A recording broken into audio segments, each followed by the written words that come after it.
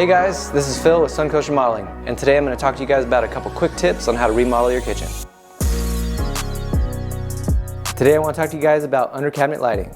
You have a couple different options for under cabinet lights. You have puck lights, so you're going to have little spotlights, hot spots of light. A light bar is going to be more of a linear section of light, and then your LED strips are going to be continuous from one end to the other. So it's going to be a more sleek, elegant, continuous light source. So in this kitchen, I'm going to show you guys how we install light LED strips. So this is an LED mounting bracket. This is where the LED sits inside and is mounted to. And you can either attach this with screws, brackets, but in this case, we're going to be using double-sided tape.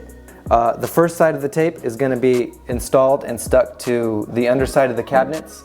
And you can stick that from the back to the front, whichever way you prefer, but the LED is stuck with double-sided tape. Once you have the double-sided tape installed, you're going to then peel off the covering to the other side of the tape. So after the double-sided tape is installed, you're going to cut these channels to fit the total space of the under cabinet. Once you have your channels cut, you're going to then stick them into the double-sided tape.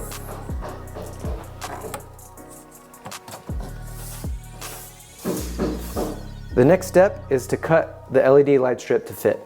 And you can cut the LED strip with any pair of scissors. So the LED light strip has adhesive on the back, so you just peel back the covering. And once you've peeled that off, you're ready to install the tape.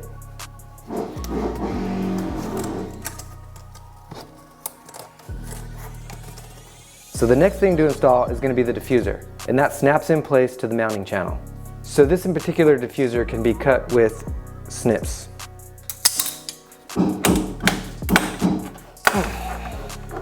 So after the LED rope strip is installed, the next phase is to install the wiring. So when you first buy your LED strip, it's going to come with factory wiring about this long. In our situation, it needs to be much shorter, so we can go ahead and cut that to size and then wire it into the driver. These LED strips can be plugged into an outlet, or they can be hardwired to use a switch. In our case, we're going to be using a switch to control the lights, so we're going to go ahead and cut off the receptacle outlet, and then we're going to hardwire the system into the lights. The existing kitchen lights were already hardwired from the switch to underneath the cabinets. So we had to figure out how to wire the driver from its 120 volt wire that it came with into the existing wiring. So on this kitchen, the countertops are highly reflective, and we thought we might see this driver, so we wanted to hide it as far into the corner as possible. So we weren't able to use the existing wire that was here. So in order to hide this driver all the way in the corner of underneath the cabinets, we had to add a junction box inside of the back of the cabinet so that we can make all our connections inside the wall that you wouldn't see it on the backsplash and you wouldn't see it underneath the cabinet in the reflection of the countertop. So here's where we put our junction box, and this is where we're going to make our electrical connections. So you're going to see in the junction box where the existing lighting connects to our new lighting. These three wires here, ground, black, and neutral, are coming from the existing wires, which were underneath this cabinet. So by adding the junction box up here, we shoved the existing wires through the drywall behind the wall into this box.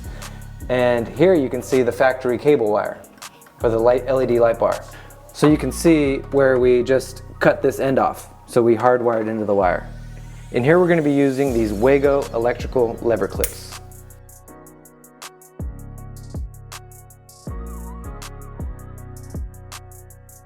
So we ran this factory wiring down from the junction box over to the new location of the LED driver.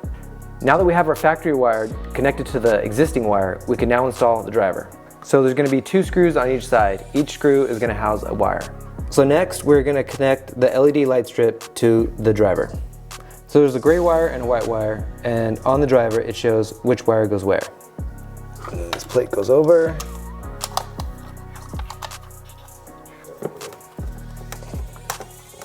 Now the LED driver is wired, now we can mount it to the cabinets. So the LED driver has 2 mounting screws that we're going to use to mount it to the bottom of the cabinet. You gotta be limber.